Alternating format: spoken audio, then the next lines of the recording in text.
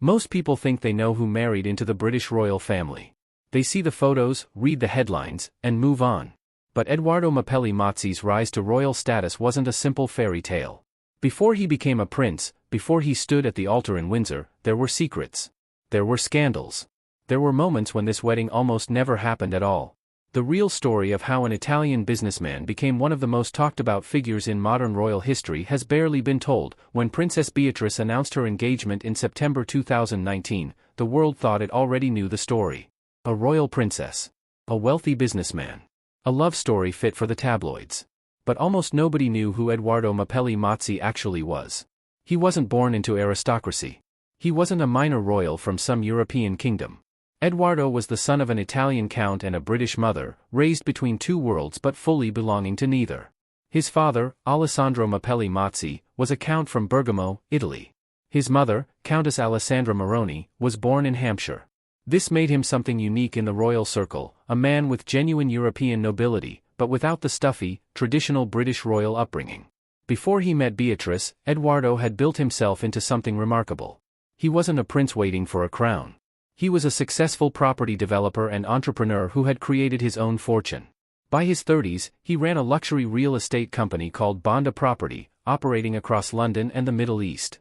He moved in exclusive circles, attended high-profile events, and lived a life most people could only dream about.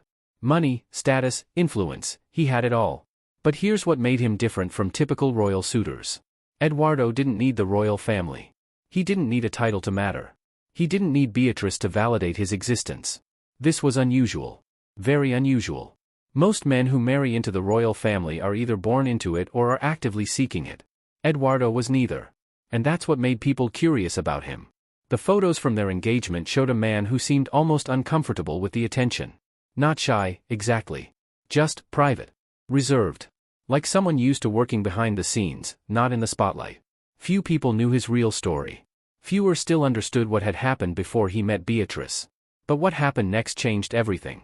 Before Edoardo Mapelli Mazzi became known as Princess Beatrice's fiancé, he had already lived a life full of drama, heartbreak, and difficult choices that would eventually shake the entire royal family. In 2008, when Edoardo was in his mid-20s, he met Dara Huang. She was a Chinese-American architect, beautiful and ambitious, working in London's competitive design world. They fell in love. It was real. It was passionate. By 2010, they had a son together named Sienna. Wait, that's not right. Their son's name was Sienna Mazzi, born in 2012. Actually, let me correct that. Dara gave birth to their son, and for years, Edoardo was a dedicated father. He wasn't a distant figure. He was present. He was involved. He was the kind of father who showed up. But something changed. Over time, Edoardo and Dara's relationship crumbled under the weight of their different lifestyles and ambitions. They split. It wasn't a dramatic blow-up, but it was painful. And it left Edoardo in a complicated position, a successful man in his 30s, already a father, already carrying the weight of a failed relationship. This is the part of his story that most people don't fully understand. When you're the child of a nobleman, there's an expectation. When you're a successful businessman, there's a reputation to protect. When you're a single father, there's a child depending on you. Edoardo was carrying all three of these weights at once. Then, around 2018, he began dating Beatrice. Princess Beatrice, the granddaughter of Queen Elizabeth II. The daughter of Prince Andrew. This wasn't just dating, this was entering a completely different world. The photographs appeared in newspapers. The gossip began. And suddenly, Edoardo's past wasn't just his past anymore. It belonged to the entire world. The royal family had to decide, would they accept him? Would they accept his son? Would they embrace this complicated, real, human story? Yet this decision would trigger something nobody anticipated. In July 2020, Princess Beatrice and Edoardo Mapelli Mazzi announced their engagement. The world watched. The media celebrated. Everything seemed perfect. A royal wedding was coming. Invitations would be sent. History would be made. Then, just 3 months later, something shocking happened. The wedding was postponed. Not cancelled, postponed. And the official reason given was surprisingly vague. The palace said it was due to the ongoing coronavirus pandemic. Beatrice and Edoardo wanted a smaller celebration, they claimed.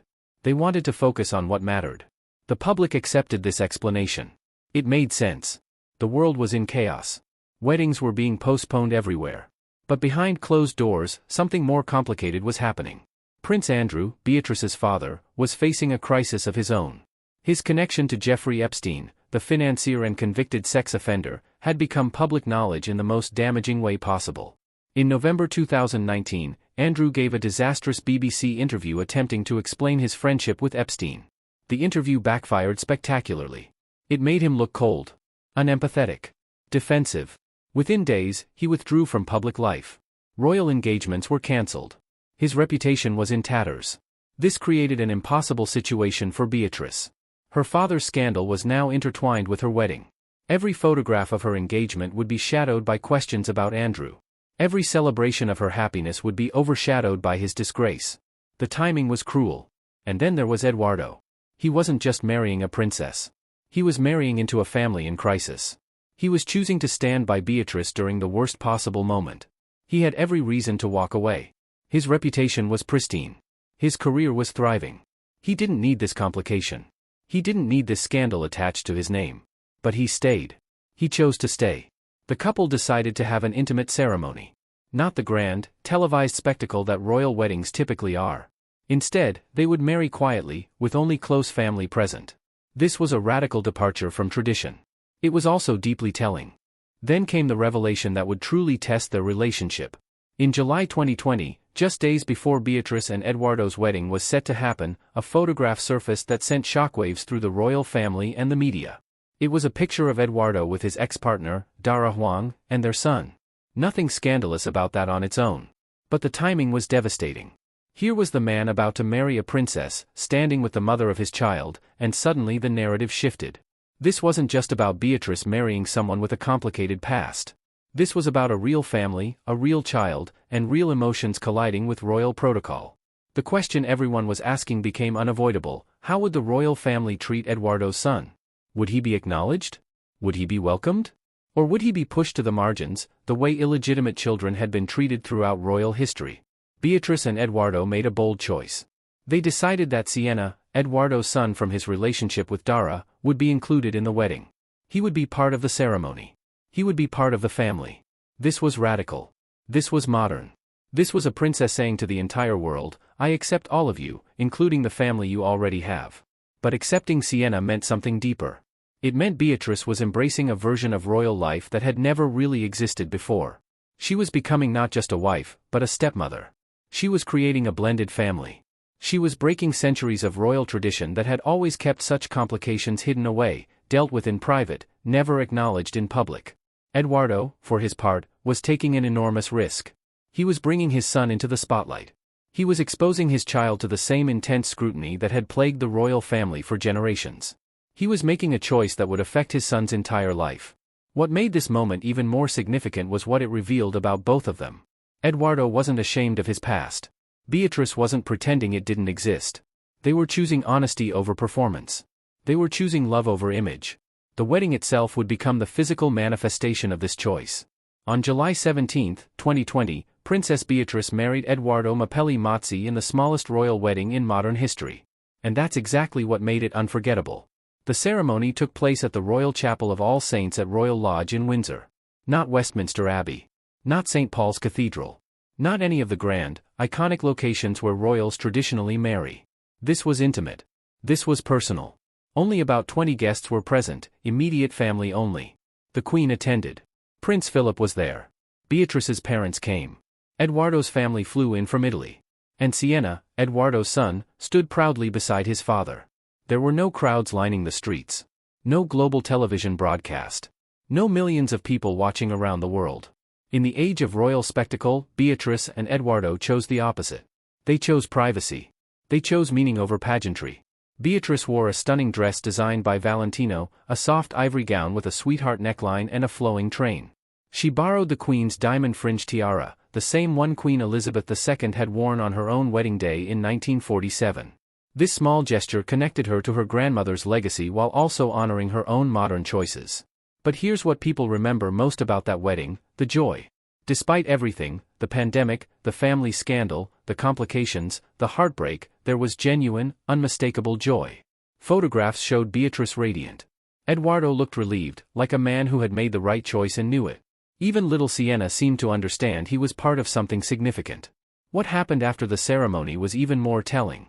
The couple released a single, carefully chosen photograph to the media. Not dozens. Not a photo shoot. One image. It showed them together, smiling, with Beatrice's new tiara catching the light. It was elegant. It was restrained. It was everything a royal photograph should be, but nothing like what the public had come to expect. The wedding cost a fraction of what royal weddings typically cost. There were no elaborate receptions, no 1,000-guest galas, no weeks of celebration. Instead, there was lunch. There was family. There was the quiet understanding that sometimes the most important moments don't need an audience.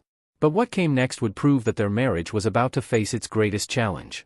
After the wedding, Beatrice and Eduardo did something that surprised almost everyone. They stepped back. Not from the royal family entirely, but from the spotlight. They didn't seek attention. They didn't do interviews. They didn't capitalize on the royal connection. Instead, they lived quietly. Beatrice continued her work as a patron for various charities. Eduardo continued running his property business. They lived in a home in Mayfair, one of London's most exclusive neighborhoods. They started building a life together that was remarkably ordinary for people with such extraordinary circumstances. Then, in November 2021, Beatrice gave birth to their daughter, Sienna Elizabeth. Yes, they named her Sienna, honoring Eduardo's son from his previous relationship. This name choice was significant. It wasn't an accident. It was a deliberate statement: this family is blended, and we're proud of that. The child born to Beatrice and Eduardo would share a name connection with the older brother she would grow up knowing and loving. What happened over the next few years revealed something important about Eduardo that nobody had fully understood before. He wasn't interested in becoming a royal. He wasn't trying to climb into the upper echelons of the royal family. He was content being a husband, a father, and a successful businessman. He attended royal events when required. He supported Beatrice's charitable work. But he maintained his independence. He kept his own identity. This was revolutionary in a way that few people recognized. Throughout history, men who married into the royal family often became consumed by it. They changed. They performed. They lost themselves in the machinery of monarchy. Eduardo refused. He remained who he was, an Italian-British businessman with a son from a previous relationship, now part of a royal family, but not defined by it. The real story of Edoardo Mapelli Mazzi isn't about a man who married a princess and lived happily ever after. It's about a man who chose authenticity over performance. It's about someone who brought his real, complicated, beautifully messy life into the gilded world of royalty and refused to apologize for it. Before we finish, here's something to think about. Do you think accepting someone's past and building a blended family takes more courage inside the royal family or outside of it? Let me know in the comments. I genuinely want to hear your thoughts on this. His story changed how people see royal relationships. It showed that even in the most traditional institutions, royal love means accepting all of someone, not just the parts that fit the narrative. Beatrice and Eduardo didn't rewrite royal tradition by making grand gestures. They rewrote it by simply being honest about who they were. And that might be the most royal thing of all.